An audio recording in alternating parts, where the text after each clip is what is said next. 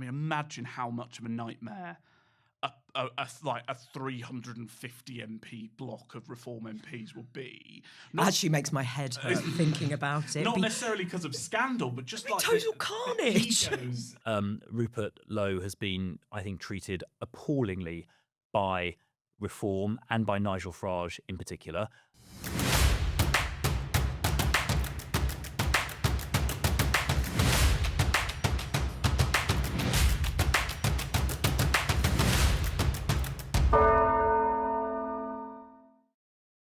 So in between all of the kind of huge stories going on in the world, on last Friday, I was in the middle of watching a Donald Trump press conference and I got a text saying Reform have gone into meltdown. Rupert Lowe is reported to the police by his own party, loses the whip and is placed under a separate internal bullying allegation.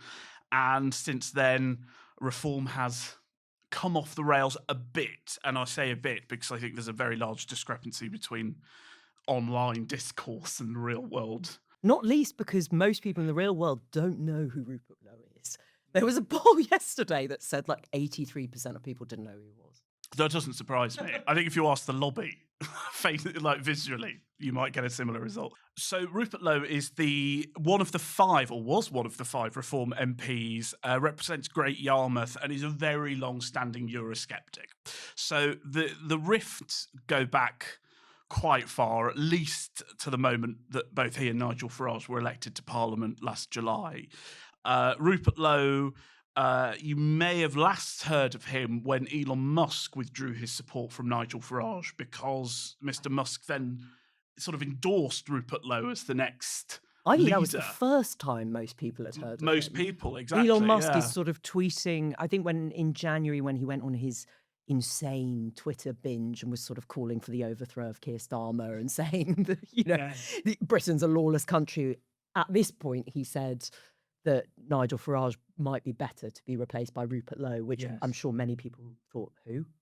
Yes, but a lot of Reform supporters are, maybe it's Elon's algorithm doing tricks on me, but it does seem that for the first time, Reform's boat has shook a bit, especially if you look at party membership. Reform have this live ticker on their website they set up over New Year to gloat as they overtook the Tories membership. It's fallen for the first time.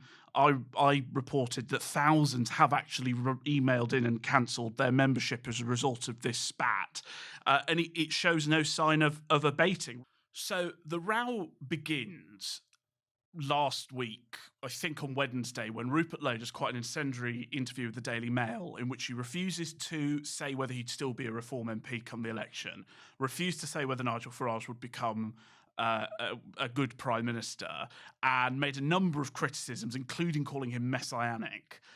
Now, the thing is, if Rupert Lowe had been sacked over that, I think most people would have gone, he's a front bencher. He's saying that about his party leader. He clearly can't stay in the He's job. a front bencher because there's only 5 of them. They don't sit there. They don't have any backbenchers either, backbenchers. so this is a technicality. The problem was that the next day, Reform decide to oust him on very different charges, claiming he had actually nothing to do with this curiously timed interview and hit back from Nigel Farage later that day. And it was actually to do with these bullying allegations and physical threats made against Zaya Youssef, who's the party chairman. Rupert Lowe denies all of this and says it's all a smear, and the bullying claims in his office are actually nothing to do with him, they're to do with other individuals.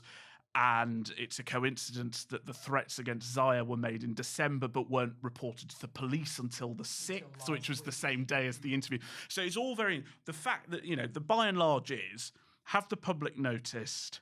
No, looking at the polls at the moment.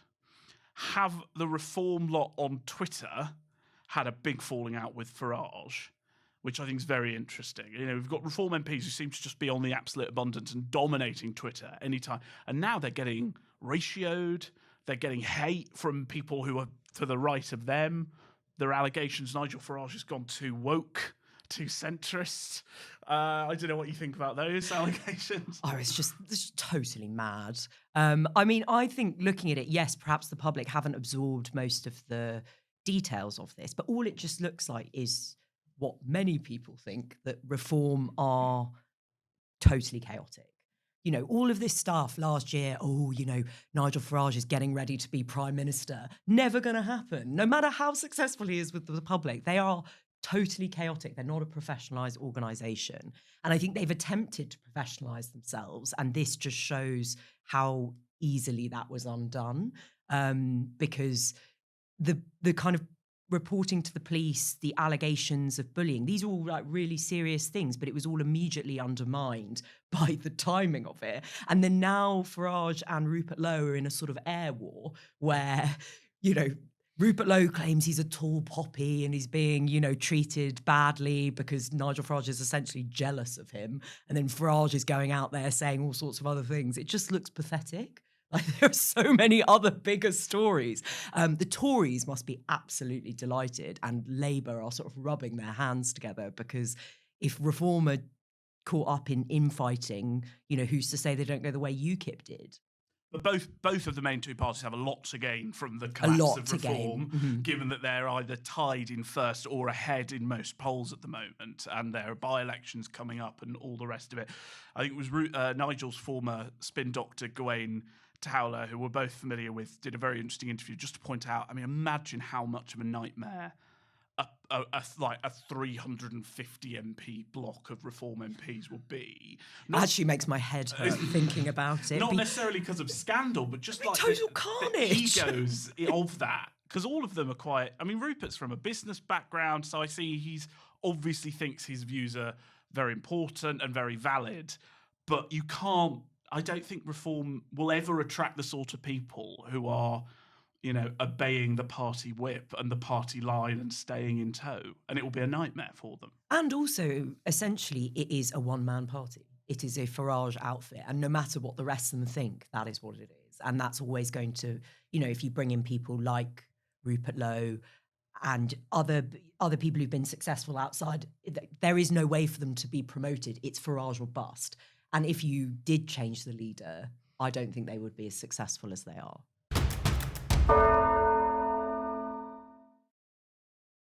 Well, we're delighted to be joined now by Chris Philp, who served in a number of roles in government, including Technology Minister, Chief Secretary to the Treasury and others. And we're here to talk about a number of things, not least you as the new Shadow Home Secretary. And you came out this week with a new immigration policy regarding foreign criminals. So if you'd like to start off by telling us what the Conservative Party's new policy is on that.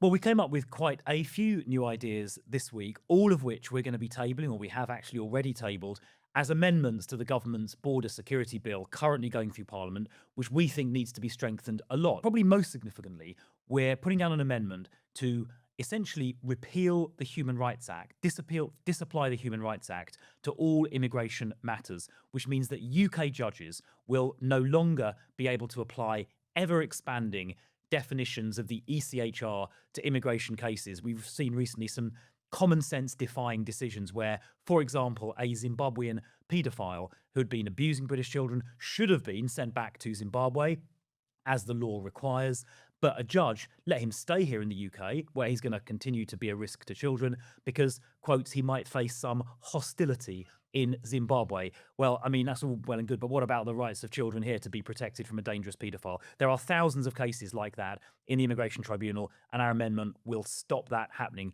We'll see if Labour supports it or not. We're secondly putting down an amendment to create a binding annual cap on migration numbers, which Parliament would vote on each year, and the government would then simply have to stop issuing new visas when that cap was reached. We think the era of mass migration has to come to an end for all kinds of reasons we can talk about, and this binding cap would be one way of doing that. Thirdly, we'd like to see the salary threshold for any visa to be issued, a work visa or family visa, to be increased across the board to £38,000 to make sure that where people come to this country to work, they're doing so in higher paid jobs where they're going to make a tax contribution. Recent analysis showed that migrants coming here on lower wages actually cost the taxpayer money because they consume more in services than they pay in tax. And then we come to the question that you asked about foreign criminals. We think foreign criminals should be removed from the country because they pose a risk to society here.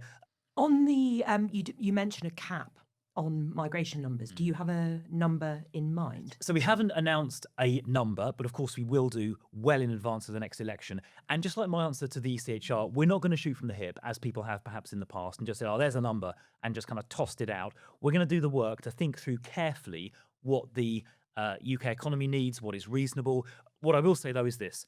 The numbers we've seen in recent years have been far, far too high. And that was a mistake that the last government, frankly, made. So the cap, when it comes out, will be a far, far lower number than that. It will also be a far, far lower number than some of the recent forecasts we've seen from the OBR and ONS. Much, much lower than those numbers, because the age of mass migration has to come to an end.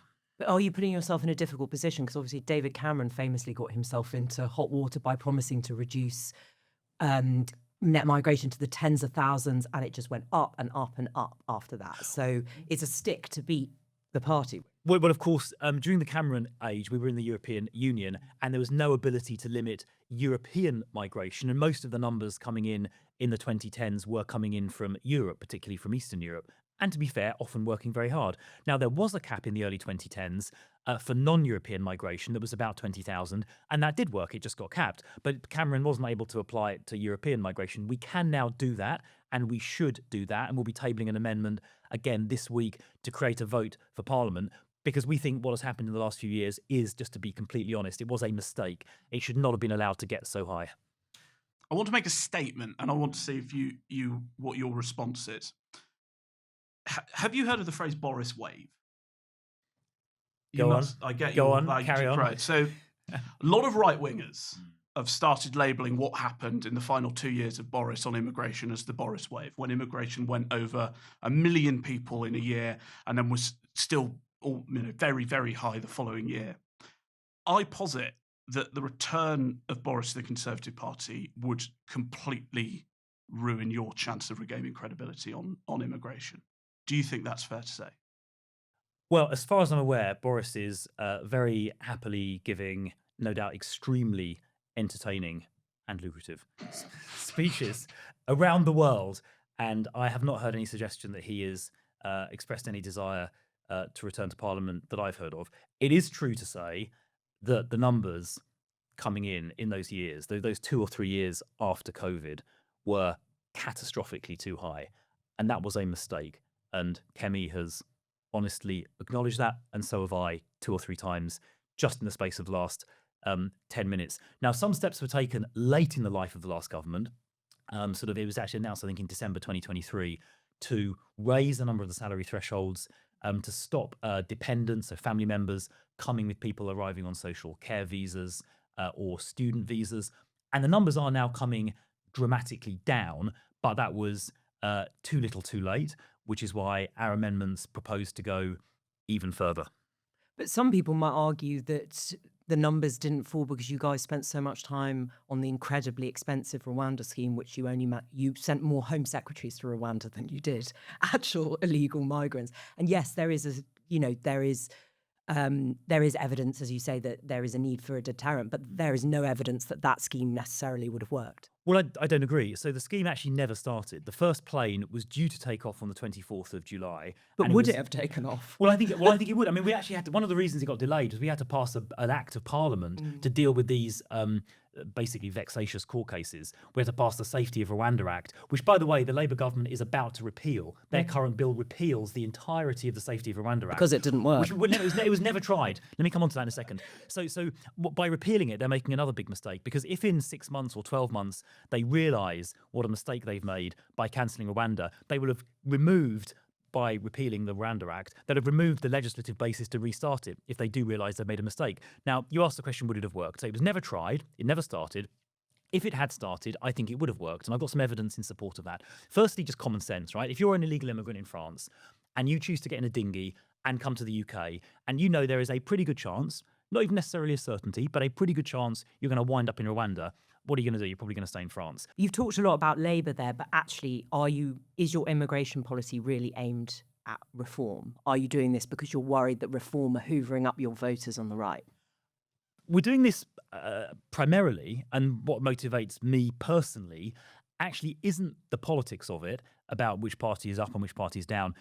I think border control and border security is a fundamental part of our national security, a fundamental part of what it means to be a nation state, and a fundamental part of what it means to ensure we have social cohesion in the future.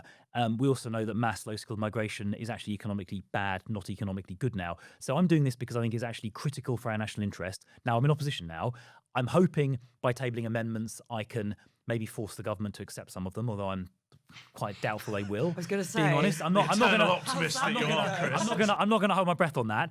But I'm hoping by making the case, energetically and I hope thoughtfully, and in the kind of right way, I can move the public debate. I think that has been happening already, and I hope it can help us when we get back to government. On reform, I was talking to many people earlier this week regarding the Civil War, and I'm sure that you were sitting back gleefully watching the fallout of what happened there. But I was intrigued. A source close to Rupert Lowe named you specifically as someone who had been fairly supportive over the weekend following the allegations made against him. Do you think there's a place on the Tory benches for Rupert Lowe should he make such a decision?